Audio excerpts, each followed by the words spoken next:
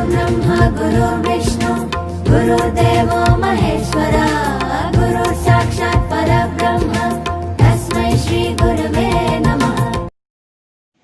नमस्कार विद्यार्थी मित्रों, वंदे मातरम। ધોરણ 12 વિષય ઇકોનોમિક્સ ચેપ્ટર 5 ગરીબી। તો આ ચેપ્ટરમાં લાસ્ટ વિડિયો લેક્ચરમાં આપણે સાપેક્ષ ગરીબી વિશે ભણેલા હતા, બરાબર? નિરપેક્ષ ગરીબી ભણેલા અને એના પછી સાપેક્ષ ગરીબી ભણેલા। આ લેક્ચરમાં આપણે ગરીબીના નિર્દેશકો વિશે ભણવાનું છે। ગરીબીના નિર્દેશકો, બરાબર? એટલે શું થાય? પહેલા તો આપણે એનો અર્થ સમજવો પડે કે આ શું છે। ગરીબીના નિર્દેશકો એટલે શું? તો જે વસ્તુ ગરીબીનો નિર્દેશ કરે છે, બરાબર? જે વસ્તુ એવું દર્શાવે છે કે જો આપણા દેશમાં ગરીબી છે। હવે તમે ધારો કે આપણને એવું જાણવા મળે કે આપણા દેશના 50% લોકોને પીવાનું ચોખ્ખું પાણી મળતું નથી। આ હું તમને ખાલી એક્ઝામ્પલ આપું છું, બરાબર? તમને એવું જાણવા મળે કે આપણા દેશના 50% લોકોને પીવાનું ચોખ્ખું પાણી મળતું નથી। તો આ બાબત છે ને એ ગરીબીનો નિર્દેશ કરે છે કે ભાઈ દેશમાંથી અડધા લોકોને તો પીવાનું ચોખ્ખું પાણી નથી મળતું, તો બીજું શું મળતું હશે? બરાબર, સીધી વાત છે। તો આ બાબત છે એ ગરીબીનો નિર્દેશ કરે છે। બીજું એક્ઝામ્પલ આપો કે આપણને જાણવા મળે કે ભાઈ આપણા દેશના 34% લોકોને ઘરમાં શૌચાલયની સગવડ નથી। સમજો છો? બરાબર, 34% લોકો તો એવા છે જેને ઘરમાં શૌચાલયની સગવડ નથી। હવે સમજો કે એની પાસે બીજું ઘણું બધું નહીં હોય, તો આ બાબત છે ને એ ગરીબીનો નિર્દેશ કરે છે। આ બાબત એવું દર્શાવે છે કે આપણા દેશમાં ગરીબી છે, બરાબર? તો જે વસ્તુ ગરીબી દર્શાવે છે ને એને ગરીબીના નિર્દેશકો કહેવાય। તમને આપણે ગરીબીના 11 નિર્દેશકો ભણવાના છે, પણ એની પહેલા ગરીબીના નિર્દેશકોનો અર્થ ભણી લઈએ કે ગરીબીના નિર્દેશકો એટલે શું, તમને વ્યાખ્યા પૂછાઈ શકે, બરાબર? તો સાંભળો કે ગરીબીની કક્ષા એટલે ગરીબીનું લેવલ અને એનું બંધારણ દર્શાવતી બાબતોને ગરીબીના નિર્દેશકો કહેવાય। મેં તમને હમણાં કીધું કે 50% લોકોને પીવાનું ચોખ્ખું પાણી નથી મળતું, તો આ જે બાબત છે એ, બરાબર, એ ગરીબીનું લેવલ દર્શાવે છે। તો ઈ બાબતને ગરીબીના નિર્દેશકો કહેવાય। એકદમ ઈઝી વ્યાખ્યા છે। ગરીબીના નિર્દેશકો એટલે શું કે જે બાબત ગરીબીની કક્ષા કે ગરીબીનું બંધારણ દર્શાવે છે તે બાબતને ગરીબીના નિર્દેશકો કહે છે। તો કયા કયા છે ગરીબીના નિર્દેશકો? આપણે 11 નિર્દેશકો ભણવાના છે। માથાદીઠ ઘરગથ્થુ વપરાશી ખર્ચ, બરાબર, કુપોષણનું પ્રમાણ, અપેક્ષિત આયુષ્ય અને બાળ મૃત્યુ દર, તબીબી સગવડો, મેડિકલ ફેસિલિટી, બરાબર, પીવાનું પાણી, શૌચાલયની સુવિધા, રહેઠાણ, વીજળીની વ્યવસ્થા, શિક્ષણ, આવક અને સંપત્તિની અસમાન વહેંચણી અને બેરોજગારીનો ઊંચો દર। આટલી બાબતો એવી છે જે ગરીબી દર્શાવે છે। તો આ બધાને ગરીબીના નિર્દેશકો કહેવાય, બરાબર? ટોટલ 11 નિર્દેશકો છે। તમને આ ક્વેશ્ચન 5 માર્ક્સમાં પણ પૂછાઈ શકે કે ગરીબીના કોઈ પણ 5 નિર્દેશકો સમજાવો, તો 11 માંથી તમે ગમે એ 5 નિર્દેશકો સમજાવી શકો, બરાબર? અને પ્લસ તમને 2 માર્ક્સમાં કોઈ પણ એક નિર્દેશક એ પૂછી શકે કે ભાઈ ભારતમાં શિક્ષણના પ્રમાણ વિશે માહિતી આપો, બરાબર, કે તબીબી સગવડો વિશે માહિતી આપો, કોઈ પણ એક મુદ્દો પૂછી શકે। અને 5 માર્ક્સમાં કોઈ પણ 5 મુદ્દા સમજાવો એમ પણ પૂછી શકે। એટલે આપણે 11 મુદ્દા ભણીશું, બરાબર? આ લેક્ચરમાં આપણે 5 મુદ્દા ભણીશું અને નેક્સ્ટ વિડિયો લેક્ચરમાં આપણે બાકીના 6 મુદ્દા ભણીશું, બરાબર? ગરીબીના નિર્દેશકો। ઓકે, તો આપણે પહેલો મુદ્દો ભણવાનું સ્ટાર્ટ કરીએ। તો ગરીબીના નિર્દેશકોમાં પહેલું શું છે? માથાદીઠ વપરાશી ખર્ચ, બરાબર? આપણે ખર્ચો કેટલો કરીએ છીએ ને એના આધારે પણ ગરીબી નક્કી થાય। હવે હું તમને ખાલી એક એક્ઝામ્પલ આપું કે આપણને એવું જાણવા મળે કે ભારતમાં એક વ્યક્તિ એક વર્ષમાં 5000 રૂપિયાનો ખર્ચો કરે છે। 5000 રૂપિયામાં એને એક વર્ષનું બધું આવી જાય, શિક્ષણ, આરોગ્ય, રહેઠાણ બધું, બરાબર? અને એ જ સમયે અમેરિકામાં એક વ્યક્તિ એક વર્ષમાં 50000 નો ખર્ચો કરે છે, બરાબર? આપણે અહીંયા આ હું ખાલી એક્ઝામ્પલ આપું છું કે ભારતમાં એક વર્ષમાં એક અમેરિકામાં એક વ્યક્તિ એક વર્ષમાં 50,000 નો ખર્ચો કરે છે. ગરીબી દેખાય છે. આપણે 5,000 નો ખર્ચો કરીએ છીએ. શું કામ? ઓછો ખર્ચો માણસ શું કામ કરે? આવક ઓછી હોય ત્યારે. અને આવક ઓછી છે મતલબ કે આપણને જીવન જરૂરી વસ્તુ અને સેવા ઓછી મળે છે. એ શું દર્શાવે છે? ગરીબી. બરાબર. પેલો જે અમેરિકન વ્યક્તિ છે એ વધારે પૈસા વાપરે છે. શું કામ? એની આવક વધારે હશે. બરાબર. ખર્ચો વધારે કરે છે તો એને વસ્તુ પણ સારી મળતી હશે. એની લાઈફસ્ટાઈલ, એનું જીવન ધોરણ ઊંચું હશે. તો એ ગરીબી દર્શાવે નહીં. આપણે ઓછો ખર્ચો કરીએ તો એ ગરીબી દર્શાવે. તો ગરીબીનો પહેલો નિર્દેશક શું છે? કે માથાદીઠ વપરાશી ખર્ચ છે ને એ પણ ગરીબી દર્શાવે. પહેલા તો માથાદીઠ વપરાશી ખર્ચ એટલે શું? બરાબર. તો સાંભળો એનો અર્થ. બરાબર. અર્થ પણ પૂછાઈ શકે.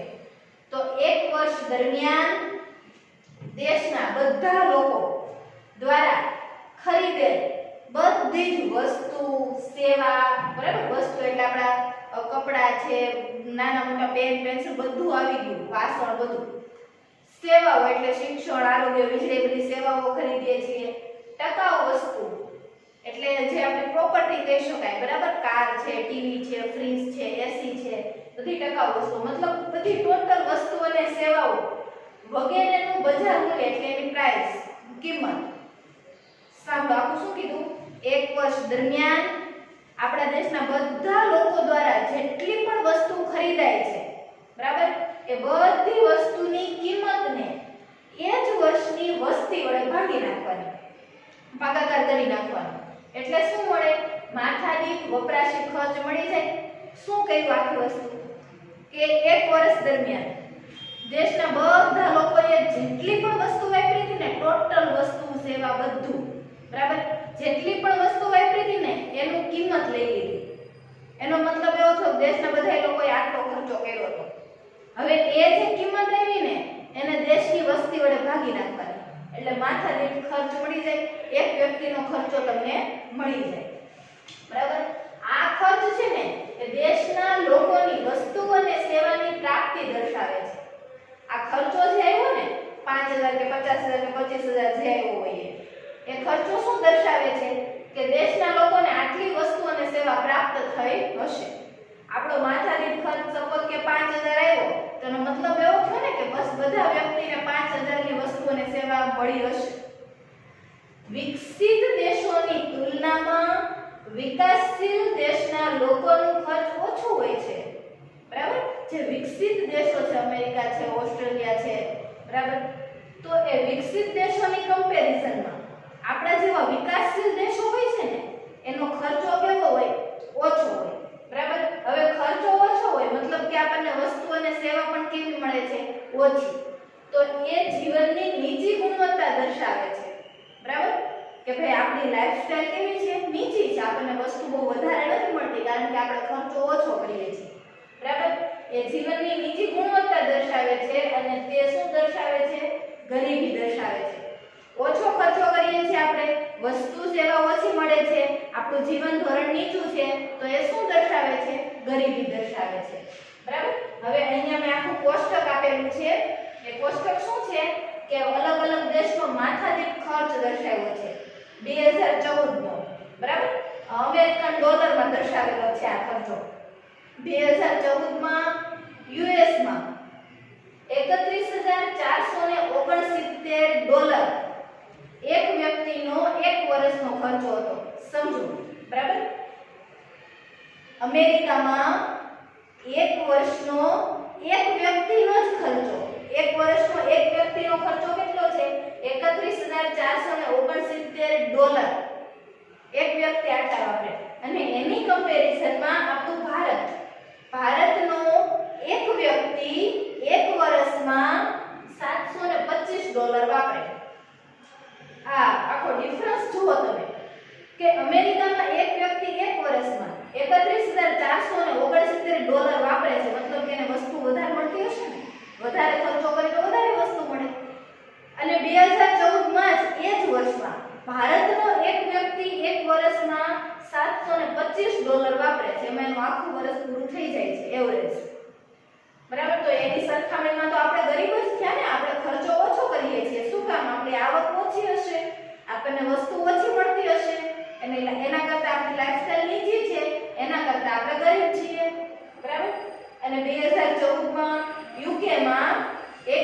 માં એક વ્યક્તિ $25,828 વાપરે છે. જાપાનમાં એક વ્યક્તિ એક વર્ષમાં $22,149 વાપરે છે. પાકિસ્તાનમાં એક વર્ષમાં એક વ્યક્તિ $603 વાપરે છે.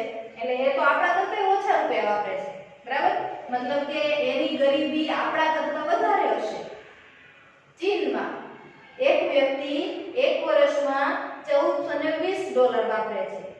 તો આ લોકોની કમ્પેરિઝન કરીએ, બરાબર? સ્પેશિયલી યુએસ, યુકે અને જાપાનની કમ્પેરિઝનમાં આપણો ખર્ચો એકદમ ઓછો કહેવાય. તો એની કમ્પેરિઝનમાં આપણે કેવા કહેવાય? ગરીબ કહેવાય, બરાબર? તો આ ગરીબીનો નિર્દેશક આપણે એક ભણ્યા. એના પછી હવે આ જે મુદ્દો છે ને એમાં સ્પેશિયલી એવું નથી કે તમારે આ બધા મુદ્દા લખવા જ પડે, બરાબર?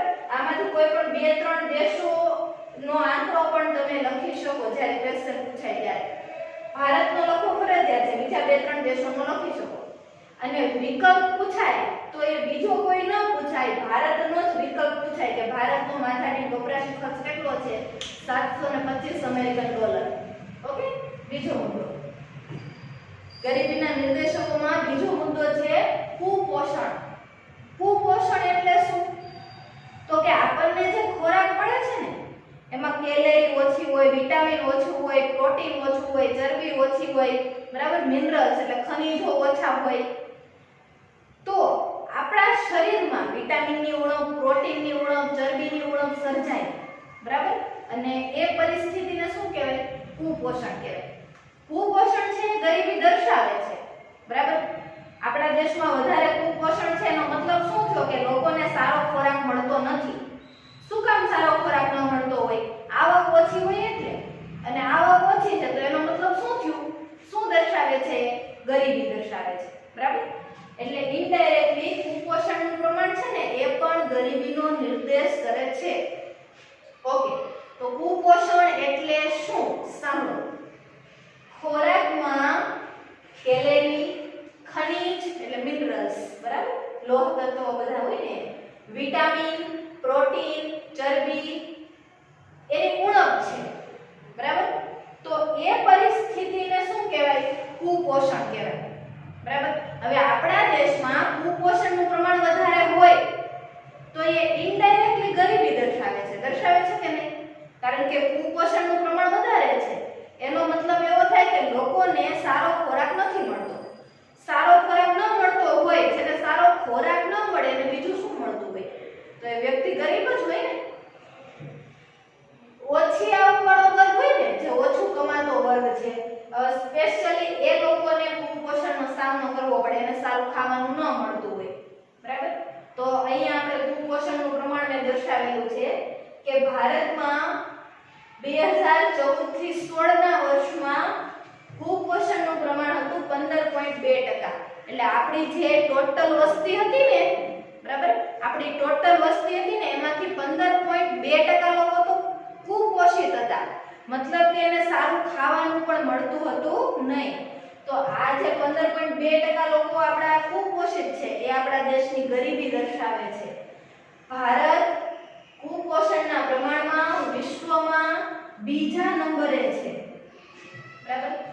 આખા વિશ્વમાં કુપોષણનું પ્રમાણ છે ને આપણા ભારતમાં વધારે કહેવાય, કારણ કે આપણે બીજા નંબરે છીએ કુપોષણના પ્રમાણમાં. તો આ આપણી ગરીબી દર્શાવે છે, બરાબર? હવે ગરીબીના નિર્દેશકોમાં આપણો ત્રીજો મુદ્દો છે અપેક્ષિત આયુષ્ય અને બાળ મૃત્યુ દર. તો સૌથી પહેલા અપેક્ષિત આયુષ્ય એટલે શું થાય? તો જ્યારે બાળક જન્મે છે, બરાબર, ત્યારે એનો અંદાજ લગાવવામાં આવે કે આ બાળક કેટલા વર્ષનું તંદુરસ્ત આયુષ્ય ભોગવશે. એનો જે અંદાજ લગાવવામાં આવે ને એને કહેવાય અપેક્ષિત આયુષ્ય. સાંભળો, અપેક્ષિત આયુષ્ય એટલે શું? તો કે નવું જન્મેલું બાળક સરેરાશ એવરેજ કેટલા વર્ષ જીવશે, બરાબર? એને શું કહેવાય? અપેક્ષિત આયુષ્ય કહેવાય. હવે અમુક દેશમાં અપેક્ષિત આયુષ્ય વધારે હોય તો શું કામ લોકો લાંબુ જીવે છે? કારણ કે એને ખોરાક સારો મળતો હોય, બરાબર? એને સ્વાસ્થ્યની સગવડો સારી મળતી હોય. અપેક્ષિત આયુષ્યનો આધાર કોના ઉપર છે? તો કે આહાર કે જે બાળક ઝૂંપડપટ્ટીમાં જન્મેલું છે, એને રહેઠાણ નથી મળતું સારું, પીવાનું પાણી સારું નથી મળતું, ગંદકીમાં રહેવું પડે છે, સારો ખોરાક નથી મળતો, એ બીમાર પડે તો એને દવાખાનાની સગવડ નથી મળતું. હવે આ વ્યક્તિ વધુમાં વધુ કેટલું જીવી શકે? બરાબર. અપેક્ષિત આયુષ્યનો આધાર કોના ઉપર હોય? આહાર, સ્વચ્છતા, પીવાનું પાણી, બરાબર, હેલ્થ, આરોગ્ય, એ બધી ફેસિલિટી પર હોય. જો આ બધું આપણને સારી રીતે મળે તો આપણે લાંબુ જીવી શકીએ. અને બીજું શું છે? બાળ મૃત્યુ દર. બાળ મૃત્યુ દર એટલે શું થાય કે 1000 જીવિત જન્મેલા બાળકો હોય ને, જીવિત જન્મેલા બાળકો 1000, બરાબર, પહેલા સમજી લો આ વસ્તુ કે 1000 જીવિત જન્મેલા બાળકો હોય ને, એ બાળકોમાંથી અમુક બાળકો એવા હોય કે જે 1 વર્ષનું આયુષ્ય પૂરું ન કરે ને એ પહેલા મૃત્યુ પામે. બરાબર. હવે આપણે એક સામાન્ય અપેક્ષા લગાવી, બરાબર, કે આ વર્ષે 1000 જીવિત જન્મેલા બાળકો હતા, એમાંથી 40 બાળકો એવા છે કે જેણે 1 વર્ષનું આયુષ્ય પૂરું કરે ને એ પહેલા આ 40 બાળકોનું મૃત્યુ થઈ ગયું. તો આ 40 જે છે ને એ આપણો કહેવાય બાળ મૃત્યુ દર. બાળ મૃત્યુ દરની ડેફિનેશન તમને પૂછાય. બાળ મૃત્યુ દર એટલે શું? સાંભળો. 1000 જીવિત જન્મેલા બાળકોમાંથી 1 વર્ષનું આયુષ્ય પૂરું કરે તે પહેલા મૃત્યુ પામતા બાળકોની સંખ્યા સમજો. બરાબર, કે 1000 બાળકો જીવિત જન્મેલા હોય, એમાંથી અમુક બાળકો એવા હોય કે જેનું મૃત્યુ થઈ જાય, એ પોતે 1 વર્ષના થાય પહેલા એનું મૃત્યુ થઈ જાય. તો એ જે સંખ્યા હોય ને એને શું કહેવાય? બાળ મૃત્યુ દર કહેવાય. હવે બાળ મૃત્યુ દરનો આધાર પણ કોના પર છે? તો કે જે સમાજ એવો છે કે જ્યાંના લોકો ભણેલા છે, બરાબર, માતામાં શિક્ષણનું પ્રમાણ વધારે છે, પ્લસ સ્વચ્છતા છે એના ઘરમાં, એ બાળક બીમાર પડે તો એને દવાખાનાની પણ સગવડ મળી રહે છે, એને બધી જ રસીઓ પીવડાવવામાં આવી છે, તો એ બાળક લાંબુ જીવી શકે. તો એવા સમાજમાં બાળ મૃત્યુદર કેવો હોય? ઓછો હોય. અને બાળ મૃત્યુદર વધારે હોય ને તો એનો મતલબ એવો થાય કે એની માતામાં શિક્ષણનું પ્રમાણ નથી, એને રસી બધી નથી પીવડાવેલી, એને સારો ખોરાક નથી મળતો, એને સ્વચ્છતા નથી મળતી, બરાબર, એટલે એ બાળક મૃત્યુ પામે. અને એ ગરીબી દર્શાવે છે કે જેને સ્વચ્છતા અને ખોરાક ન મળતો હોય એ ગરીબ જ હોય ને. સાંભળો, બાળ મૃત્યુ દરનો આધાર કોના પર છે? તો કે આહાર. બરાબર, આહાર, રસીકરણ, એની માતામાં શિક્ષણનું પ્રમાણ, એ બધાના આધારે બાળ મૃત્યુ દર નક્કી થઈ શકે. તો અપેક્ષિત આયુષ્ય અને બાળ મૃત્યુ દર, બરાબર, આપણા દેશનું અને બીજા દેશનું આપણે કમ્પેરિઝન કરીએ. તો આપણે અલગ અલગ દેશોની કમ્પેરિઝન કરીએ, બરાબર. તો 2014 માં અહીંયા અપેક્ષિત આયુષ્ય અને બાળ મૃત્યુ દરના અલગ અલગ દેશોના આંકડા આપેલા છે, બરાબર. તો આપણે જોઈએ કે નોર્વેમાં અપેક્ષિત આયુષ્ય છે 81.6 વર્ષ, મતલબ કે દરેક વ્યક્તિ એવરેજ 81.6 વર્ષ જીવે છે. લાંબુ આયુષ્ય કહેવાય. શું કામ લાંબુ આયુષ્ય હશે? કારણ કે ત્યાં સ્વચ્છતાની સગવડ મળતી હોય, દવાખાનાની સગવડ મળતી હોય, સારો ખોરાક મળતો હોય, પીવાનું શુદ્ધ પાણી મળતું હોય, બરાબર, તો એ લોકો લાંબુ જીવી શકે. તો એનો મતલબ એમ થાય કે ત્યાં ગરીબી નથી અથવા તો ઓછી છે, બહુ ઓછી, તો જ લોકો આટલું બધું જીવી શકતા હોય ને. અને ત્યાં બાળ મૃત્યુ દર છે 2. એનો મતલબ શું થાય ખબર છે? કે 1000 જીવિત જન્મેલા બાળકો હોય ને એમાંથી ખાલી 2 જ બાળકો એવા છે, 1000 માંથી ખાલી 2 જ બાળકો એવા છે જે 1 વર્ષનું આયુષ્ય પૂરું કરીને પહેલા મૃત્યુ પામે છે, બરાબર. બાકીના 998 બાળકો છે ને એ જીવી જાય છે, મૃત્યુ નથી થતું એનું. મતલબ કે 1 વર્ષ સુધીમાં તો એનું મૃત્યુ નથી થતું, બરાબર. એ બહુ સારી બાબત કહેવાય, બરાબર. શું કામ એવું થાય છે કે ખાલી 2 જ બાળકો મૃત્યુ પામે છે? તો કે ત્યાં દવાખાનાની સારી સગવડ મળતી હોય, બાળકોને રસીકરણ અપાતું હોય, માતામાં શિક્ષણનું પ્રમાણ સારું હોય, બરાબર. એના પછી અમેરિકામાં અપેક્ષિત આયુષ્ય છે 79.1 વર્ષ. એવરેજ માણસ 79.1 વર્ષ જીવે છે, બરાબર. અને ત્યાં બાળ મૃત્યુ દર છે 6. 1000 માંથી ખાલી 6 જ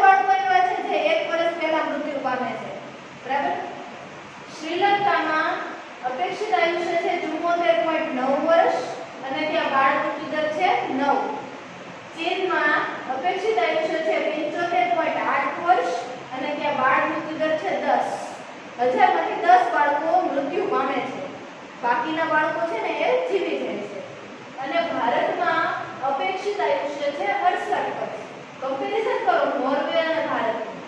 તો નોર્વેમાં 81.6 મતલબ કે 82 વર્ષ સુધી લોકો જીવે છે અને આપણે એવરેજ આયુષ્ય છે 68 વર્ષ. શું કામ? બરાબર, આ તફાવત છે શું કામ? તો કે એની કમ્પેરિઝનમાં આપણને આરોગ્યની સગવડો ઓછી મળતી હશે, એની કમ્પેરિઝનમાં આપણને પોષણક્ષમ આહાર નહીં મળતો હોય, એની કમ્પેરિઝનમાં આપણને પીવાનું ચોખ્ખું પાણી નહીં મળતું હોય, સ્વચ્છતા નહીં મળતી હોય. બરાબર. અને ભારતનો બાળ મૃત્યુ દર છે 39. એનો મતલબ એવો થાય કે 1000 જીવિત બાળકો જન્મેલા હોય ને એમાંથી 39 બાળકોનું મૃત્યુ તો 1 વર્ષના થાય ને એ પહેલા જ થઈ જાય છે. બરાબર. અને ખાલી નોર્વેમાં 2 જ બાળકો એવા છે, 1000 માંથી 2 જ બાળકો એવા છે જે મૃત્યુ પામે છે 1 વર્ષનું આયુષ્ય પૂરું કરે એ પહેલા, અને ભારતમાં 39 બાળકો મૃત્યુ પામે છે. તો આ કમ્પેરિઝનના આધારે આપણે ગરીબીની પણ કમ્પેરિઝન કરી શકીએ. અપેક્ષિત આયુષ્ય જેમ વધારે એમ ગરીબી ઓછી, અને બાળ મૃત્યુ દર જેમ વધારે એમ ગરીબી વધારે. તો એના પછી ગરીબીના નિર્દેશકો આપણે 3 જોયા. એના પછી ચોથું કે તબીબી સગવડો, મેડિકલ ફેસિલિટી. બરાબર, એ પણ ગરીબીનો નિર્દેશ કરે છે. વિકાસશીલ દેશોમાં તબીબી સગવડો ઓછી હોય છે, પણ પહેલા તો તબીબી સગવડો એટલે શું? તો કે દવાખાનાની સંખ્યા, દવાખાનામાં મતલબ કે હોસ્પિટલમાં ડોક્ટર, નર્સ અને કમ્પાઉન્ડરની સંખ્યા. બરાબર. હવે સમજો કે હોસ્પિટલમાં ડોક્ટરોની જ અછત હોય, બરાબર, તો એ તબીબી સગવડ કેવી કહેવાય? નીચા લેવલની કહેવાય. બરાબર. વિકાસશીલ દેશોમાં તબીબી સગવડો ઓછી હોય છે. ગરીબ લોકો અનેક રોગના ભોગ બને છે. બરાબર. હવે ભારતમાં એવરેજ આપણે જોવા જઈએ તો 26% ની ગરીબી છે. 26% લોકો ગરીબીમાં જીવે છે. હવે ગરીબીમાં જીવે છે મતલબ કે એની પાસે નથી રહેઠાણની સગવડ, નથી એને પીવાનું ચોખ્ખું પાણી મળતું, નથી એને શૌચાલયની સગવડ મળતી, ગંદકીમાં જીવે છે. બરાબર. હવે એવા લોકોને તો રોગ થવાનો જ છે. રોગ થાય છે પ્લસ એને પૌષ્ટિક ખોરાક નથી મળ્યો, સારું ખાવાનું જ પહેલેથી નહોતું મળ્યું, એટલે એની રોગ પ્રતિકારક શક્તિ પણ કેવી હોય? ઓછી હોય. બરાબર. સમજો, એક તો પહેલા ગરીબ લોકોને રોગ થાય છે, એને પહેલાથી સારું ખાવાનું નહોતું મળ્યું એટલે એની રોગ પ્રતિકારક શક્તિ પણ ઓછી હતી. હવે જાય દવાખાને તો તબીબી સગવડો પણ ઓછી છે, મૃત્યુ જ થવાનું છે, આપણું અપેક્ષિત આયુષ્ય ઓછું જ રહેવાનું છે. તો વિકાસશીલ દેશોમાં તબીબી સગવડો ઓછી હોય છે, મતલબ કે હોસ્પિટલની સંખ્યા, ડોક્ટરોની સંખ્યા કેવી હોય? ઓછી. ગરીબ લોકો અનેક રોગના ભોગ બને છે, પ્લસ એને પૌષ્ટિક ખોરાકનો પહેલેથી અભાવ હતો. બરાબર. એટલે અને દેશમાં પ્લસ આરોગ્યની સગવડ ઓછી છે, બીમાર થાય તો એની સારવાર થાય એવી ફેસિલિટી પણ નથી. વિકાસશીલ દેશોમાં સમજો, આંકડા યાદ રાખજો બધા. વિકાસશીલ દેશોમાં 6000 ની વસ્તીએ 6000 ની વસ્તીએ એક ડોક્ટરની સગવડ મળે. આપણને એમ થાય કે આપણા શહેરમાં તો કેટલા બધા ડોક્ટર છે, પણ આ એવરેજ વાત કરેલી છે. અમુક ગામડા એવા પણ હશે જ્યાં એકેય ડોક્ટર નથી. બરાબર. અમુક જિલ્લાઓ એવા હશે કે જ્યાં એકેય ડોક્ટર નથી. એટલે આ ભારતની એવરેજ લીધેલી છે. બરાબર. કે 6000 ની વસ્તીએ આપણને એક ડોક્ટરની સગવડ મળે છે. જ્યારે વિકસિત દેશોમાં અમેરિકા, જાપાન, બરાબર, ઇંગ્લેન્ડ, એ બધા દેશોમાં એવરેજ 350 ની વસ્તીએ એક ડોક્ટર હોય છે. સમજો, આ કમ્પેરિઝન કરો તમે. આપણે 6000 લોકો વચ્ચે એક ડોક્ટર હોય અને ત્યાં 350 લોકો વચ્ચે એક ડોક્ટર હોય, ફરક તો પડે ને. વિકાસશીલ દેશોમાં, બરાબર, ભારત છે, પાકિસ્તાન છે, એ નેપાળ છે, વિકાસશીલ દેશોમાં દર વર્ષે 1.7 કરોડ લોકો 1.7 કરોડ લોકો ડાયરિયા, મેલેરિયા અને ક્ષય એટલે કે ટીબી એનાથી મૃત્યુ પામે છે. આપણા વિકાસશીલ દેશો છે ને એમાં 1.7 કરોડ લોકો દર વર્ષે સામાન્ય રોગ મેલેરિયા અને ટીબી થી મૃત્યુ પામે છે. બરાબર.